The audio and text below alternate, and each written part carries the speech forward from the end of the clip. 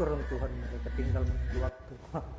Nah kan, sudah banyak yang merasa malu mengaku dan terang-terangan menjadi pendukungnya Prabowo Gibran. Kenapa? Karena malu. Kita sebagai orang timur yang punya sopan santun unggah-ungguh harus mendukung seorang anak yang tidak punya etika, yang mendapat keuntungan dari keputusan MK yang dianggap melanggar etika berat, yang adalah seorang anak dari seorang ibu yang istri seorang presiden di saat melakukan kunjungan kepresidenan malah kampanye mengacungkan 2 jari. Kalian sadar nggak sih bahwa selama ini Prabowo Gibran itu hampir tidak punya program produktif untuk rakyat kalangan menengah ke bawah. Prabowo Gibran itu hanya punya program untuk menaikkan ekonomi orang-orang yang notabene sudah kaya. Nah, seperti contohnya Prabowo punya program menaikkan taraf hidup pejabat negara, menaikkan gaji mereka. Sedangkan Gibran itu hanya fokus untuk menjalankan hilirisasi nikel. Sedangkan kita semua tahu ya, hilirisasi nikel itu proyek besar, proyek yang tentu tidak berdampak ekonomi kepada orang yang levelnya menengah ke bawah. Seperti contohnya peternak bebek, peternak kambing, peternak sapi. Tahu apa mereka dengan hilirisasi? Punya dampak apa mereka? Terdampak apa mereka dengan hilirisasi nikel? Hampir tidak ada. Yang terdampak adalah orang-orang yang notabene sudah kaya, yang punya koneksi untuk mengatur atau memanage hilirisasi nikel tersebut.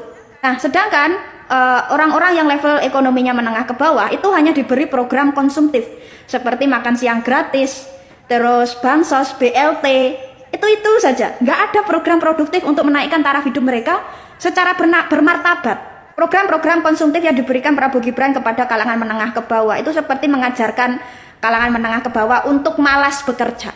Dan kalangan menengah ke bawah seperti disetting untuk tidak dibiarkan maju. Dan lebih parahnya nih, setelah orang-orang yang taraf hidupnya menengah ke bawah ini hanya diberi program konsumtif seperti subsidi BLT, bansos, makan siang gratis, Gibran malah punya ide cemerlang untuk menaikkan pajak ke angka 23%. Nah, lucunya ada orang yang mendukung orang yang secara tidak langsung mencekik orang miskin untuk semakin miskin.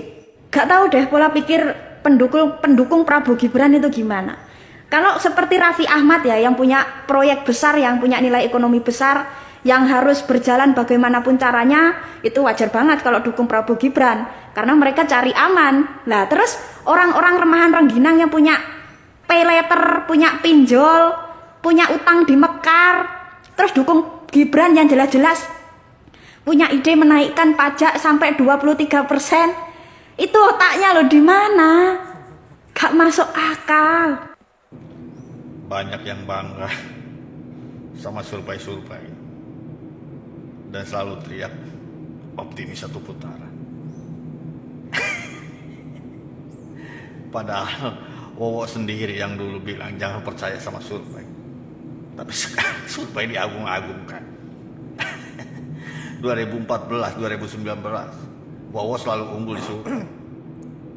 Kenyataannya nyungsep juga 2 kali kalah sama Pak Jokowi. Ada parah. Bahwa kita akan 1 putaran. Hei Prabowo, kau ndak usah terlalu tinggi halumu. Itu halu namanya, itu halusinasi. Kau bilang semua survei kalian menduduki polling tertinggi. Itu kan survei. Kami sudah tahu survei itu kan kau bayar semua. Berapa sih? 1 survei kau bayar Prabowo? Sehingga kau menduduki di posisi paling atas terus, kan begitu.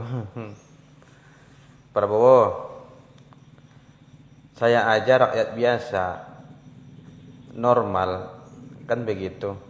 Melihat survei itu yang nggak masuk akal. Itu yang pertama. Yang kedua, masyarakat Indonesia, Anda itu tahu nggak bahwa kamu itu sebenarnya tidak pantas mengikuti capres ini. Kenapa? Karena Ada beberapa hal. Yang pertama, kau itu kan pelanggar HAM, diduga penculik aktivis, diduga lah. Terus di 2019 Anda kan mengkhianati 64 juta pendukungmu. Tiba-tiba sekarang kau lolos juga mencalonkan diri untuk menjadi capres yang kesekian kalinya. Karena kau punya partai besar, punya duit besar, punya dukungan besar. Sementara kapasitasmu untuk maju ke capres itu sebenarnya tidak memungkinkan lagi. Dari berbagai macam faktor. Yang pertama, faktor fisik. Tidak kuat lagi fisikmu Prabowo. Kau sebenarnya harus tahu diri, kan begitu. Yang kedua, riwayat penyakitmu kan sudah tidak rahasia umum lagi. Anda itu kan dikabarkan sudah pernah stroke 2 kali, kan begitu. Setahu saya orang yang sudah pernah diserang stroke itu akan berpotensi diserang stroke kembali, begitu. Tinggal menunggu waktu lagi gitu. Intinya saya hanya mau mengatakan begini, kau itu hanya dipersiapkan untuk Gibran jadi presiden. Sementara Anda itu tidak ada apa-apanya lagi. Setahun 2 tahun Anda menjabat presiden, kalaupun terpilih, prediksi saya, boleh dong saya memprediksi, kan begitu. Anda itu boleh dikatakan tidak bisa apa-apa lagi menurut saya. Karena dari kondisi fisikmu sekarang aja kan udah nampak. Gitu Pak Prabowo. Dan yang berikutnya yang saya sampaikan begini. Anda ini kan terlalu percaya diri untuk menang 1 putaran. Dasarnya apa? Kalau survei dasar kalian, yang mana notabene survei itu kalian bayar. Saya menduga ya kalian membayar survei itu.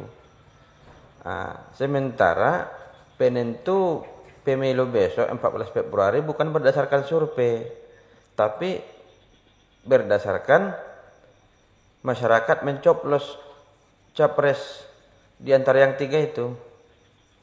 Kalau berdasarkan survei, untuk apa dibuat pemilu ini, kan begitu. Menghabiskan duit puluhan miliar hanya untuk menentukan kemenangan melalui survei. Tidak usah dibuat pemilu, kan begitu. Dan sekali lagi intinya yang mau saya sampaikan, Prabowo ini halusinasinya terlalu tinggi. Kalau kamu pun kalau seandainya pun kamu halu, nggak usah terlalu tinggi deh. Turunkan sedikit ya halunya ya. Minimal ya maju ke putaran kedua gitu kan. Itu baru agak lebih rasional gitu. Tapi kalau menang 1 putaran itu kau itu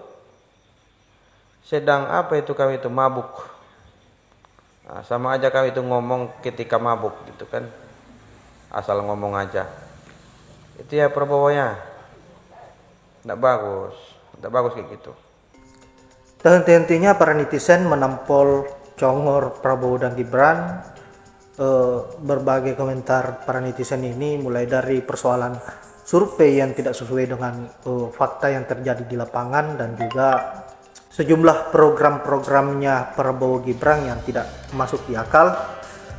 Saya kira ini akan menjadi PR baru bagi Prabowo Gibran. Dan saya sangat respect dengan ibu-ibu yang di video kedua begitu luar biasa pengamatannya terhadap Prabowo dan Gibran. Saya kira tidak banyak orang yang begitu jenius mengamati persoalan program yang ingin dibangun oleh calon pemimpin seperti Prabowo Gibran. Saya kira sepakat dengan apa yang dikatakan oleh ibu-ibu tadi, bahwa menguntungkan orang-orang yang mempunyai kelas menengah ke atas dan membuat semakin melarat orang-orang yang mempunyai kelas menengah ke bawah. Dalam artian bahwa Prabowo Gibran perhatiannya hanya kepada pejabat-pejabat dan juga pengusaha-pengusaha lainnya. Kemudian rakyat biasa atau rakyat kecil akan dibuat semakin sulit dengan kebijakan-kebijakan yang akan dibangun oleh Prabowo Gibran atau program-program yang akan dibuat oleh Prabowo Gibran. Saya kira dengan adanya video ini, sahabat-sahabat ataupun seluruh rakyat Indonesia yang menyaksikan video yang saya up ini bisa lebih memantapkan diri untuk memilih calon pemimpin yang memang betul-betul pro terhadap rakyat kecil dan tentu adil dalam memberikan kebijakan. Saya kira hanya itu. Terima kasih buat sahabat-sahabat yang sudah menonton. Saya akhiri dengan ucapan wallahul muwaffiq ila aqwamit thoriq. Assalamualaikum warahmatullahi wabarakatuh.